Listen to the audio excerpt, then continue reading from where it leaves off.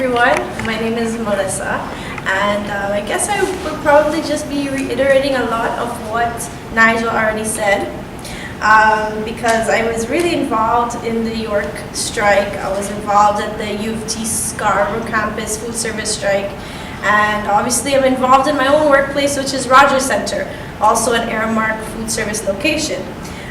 So some of the main issues in my sector, I would say, is like, from my experience with Aramark in all of these different locations, is the fact that this industry is like overrepresented by racialized immigrant women predominantly, or immigrant peoples in general. The wages are extremely low, and as Nigel said, the fact that people are treated as if they are inferior beings on a day-to-day basis is just disgusting. So that's like a common thread that I saw throughout all Aramark locations, and the way that Aramark management would speak to people, you know, just on the basis that they think that they can push these racialized immigrant people around. It was just horrible. And a lot of people were newcomers, to this country. A lot of people, they weren't sure how to respond to that. Obviously, we had a lot of strong people like Nigel and a lot of the fierce women at York who would be standing up and persevering every day. And then there was a lot that don't, like I see that at my workplace at Rogers Centre. The fact that this management has like zero accountability when they treat people like this, and they have no intent on changing their actions, even though, you know, it's good to know that at York he's telling people, the management is telling people, don't do this, don't do that. Managers, it's still very, very a bad situation at a lot of different places, unionized and non-unionized, right? So management is not going to change. Capitalism is not going to change anytime soon. Racism and sexism is not going away from the workplace anytime soon. So what do we have to do is change people's mentality, workers' mentality, to fight this and stand up. As Nigel said, they felt stronger when they got back. So management's not going to change, so we have to change things for them, right? At Rogers Centre, where I work, management specifically explains the fact that poverty wages do exist because of the high turnover rate, because it's the majority of the workers there are young people that don't have any sort of responsibilities, and that it's a fun job. Which is obviously all false. I mean, I've worked there for the past 7 years. I got into that job while I was still in high school, and now I'm just using it. I used it to pay some of my student loans, still paying off the rest, and obviously that's just not enough, right? I think it was important to connect the Fight for 15 struggle at York and at U of T with the larger provincial-wide campaign, because as Nigel said, it was really good for workers to see that this is not just 100 or 60 workers on each respective campus that is fighting for this. You know, when some students would say, that's impossible, how are you going to get that? You know, you guys are asking for too much.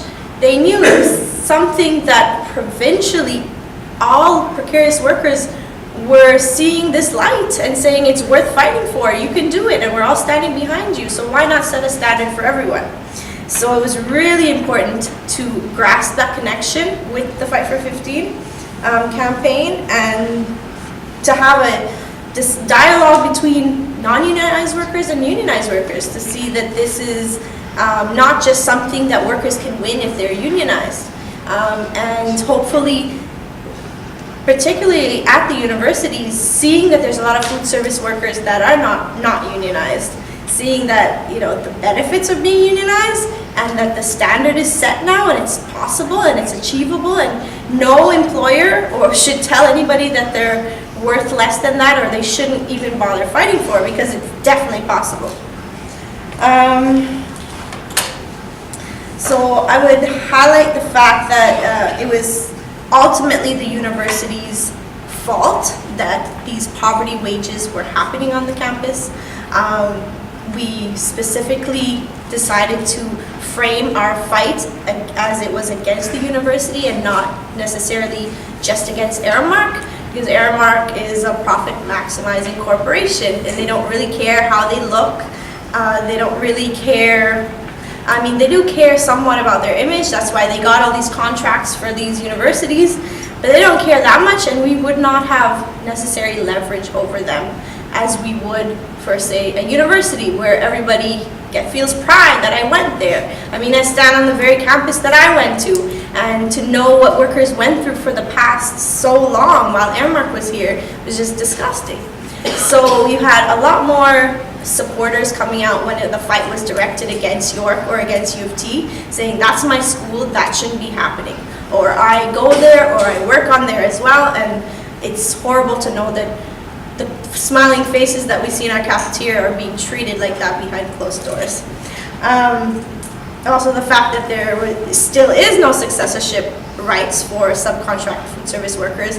We had to strategically frame this as a fight against the university, because if the university decided to wash their hands of Aramark and say we don't need this company anymore, it's causing us too much bad publicity, they could also legally dispose of all the workers as well. They would have no legal obligation to keep any of the existing workforce. So we had to really frame it so that York knew and U of T knew that we're dealing with these specific workers and you need to fix this problem.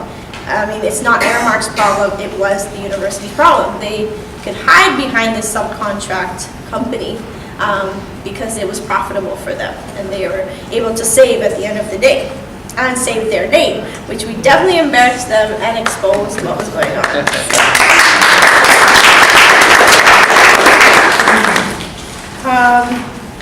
And another point that we're thinking about, because York is known for strikes, and the last 3902 strike, they were, able to do things like shut down the entire campus. For 100 workers, food service workers, that was kind of impractical.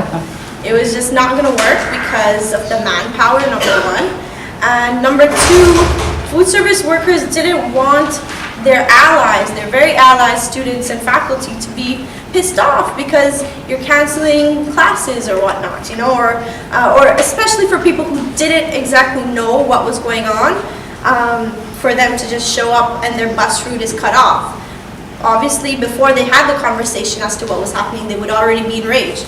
So luckily, the strike only lasted 3 weeks, and we didn't have to escalate to the point that we would shut down routes. But for the time that it did operate, it was mainly to get visibility. So where the pickets were strategically put, students were looking through their bus and seeing, oh, these are the faces that I'm not seeing in my cafeterias anymore. Because mind you, the cafeterias were still up and running with temporary laborers. So it really started that conversation. Then when our allies would do stuff like give away solidarity coffee in front of the same Starbucks or Tim Hortons that temporary workers are working at, it would begin that conversation with people who may have not known what was happening with their workers. So what else can I say? It was really good to also embarrass York just in their face, that the strike was not happening out at York Boulevard, away from campus, away from visibility, because the allies were on campus in front of their Aramark locations saying this is not okay. And we were going to grow to the fact that we would have internal picket lines, right, on campus, which the university would not be able to do anything about. So that's why it was good to keep things open and to keep everyone happy, in a sense, in terms of our allies. So I myself am in a legal strike position at the Rogers Center on April 28th. So I'm excited for that. Really excited to see what's going to happen and what sort of things we can do from the inside to turn the Jays upside down, if they're not already, and to turn Aramark and Rogers Center upside down. So stay tuned. Woohoo!